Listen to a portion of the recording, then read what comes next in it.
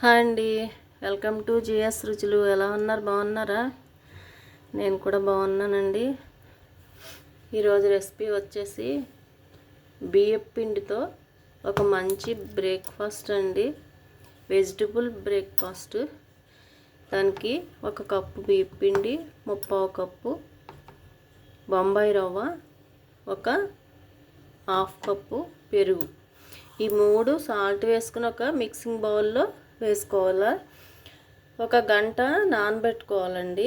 నేను ఆల్రెడీ ముందుగా కలిపి పెట్టుకున్నాను.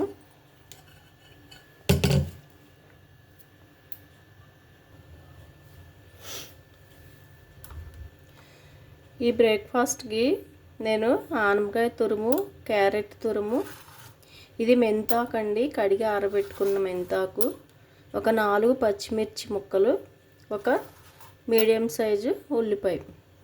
ఇందులోకి ఏమైనా వేసుకోవచ్చండి, కూరగాయలు మీ ఇష్టం, మీ టేస్ట్ని బట్టి. అలాగే పచ్చిమిర్చి, ఉల్లిపాయలు కూడా మీ టేస్ట్ని బట్టి వేసుకోవచ్చు. ఇంకా కొత్తిమీర అన్నీ వేసుకోవచ్చు. నేను 1 గంట ముందుగా కలిపి పెట్టుకున్నానండి. బియ్యపు పిండి, బొంబాయి రవ్వ, పెరుగు, సాల్ట్ వేసి కలిపి పెట్టుకున్నాను. ఇప్పుడు ఇందులో మనం కూరగాయ ముక్కలన్నీ వేసేసుకుందాం.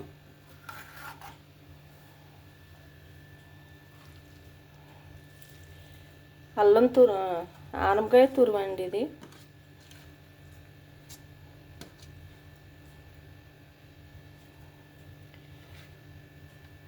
ఒక పెద్ద క్యారెట్ తురుముకున్నాను.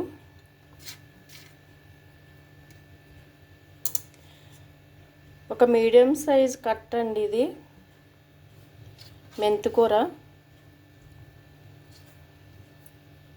పచ్చిమిర్చి, ఇందులో కొంచెం పచ్చిమిర్చి ఎక్కువే పడతాయి.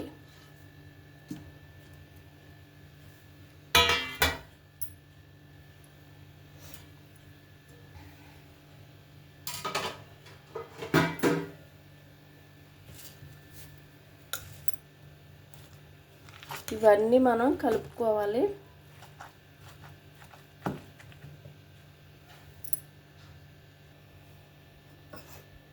కొద్దిగా వాటర్ పోస్తున్నాను. వాటర్ పోసి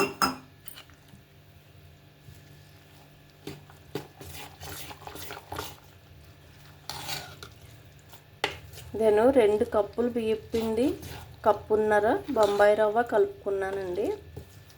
మీకు మెజర్మెంట్ తెలవటం కోసం ఇందాక అలా చూపించాను.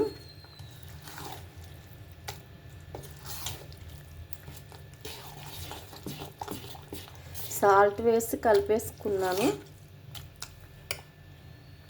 వేసుకునే ముందు మనం కొద్దిగా సోడా వేసుకుందాం.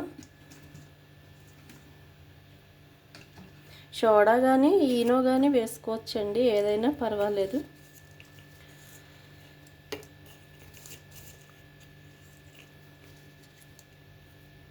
కొంచెం ఒక 1/2 స్పూన్ కూడా తక్కువేనండి.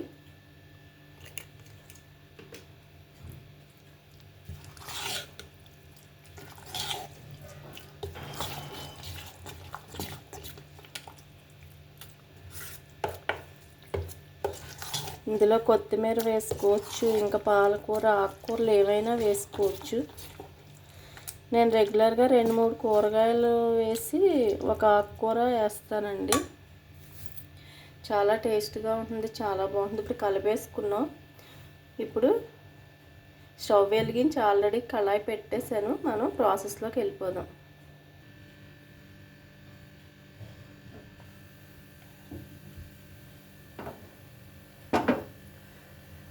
రెండు స్పూన్ల ఆయిల్ వేసాను.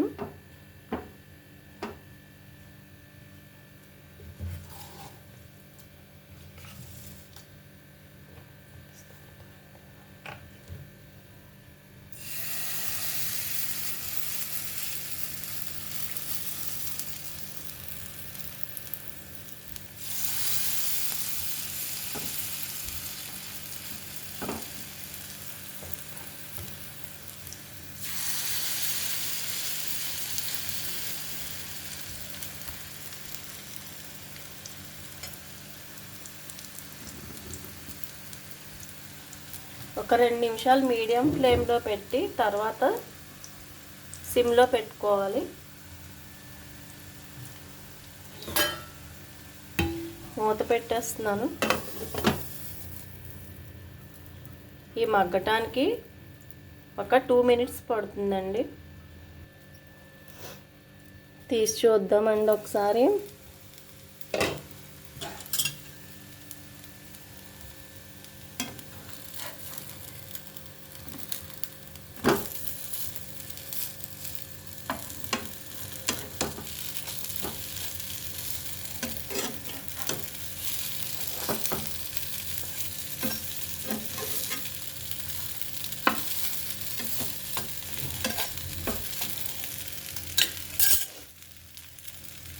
రెండో పక్క కూడా సేమ్ ఇలాగా గోల్డెన్ బ్రౌన్ వచ్చే వరకు వేగించుకోవాలి.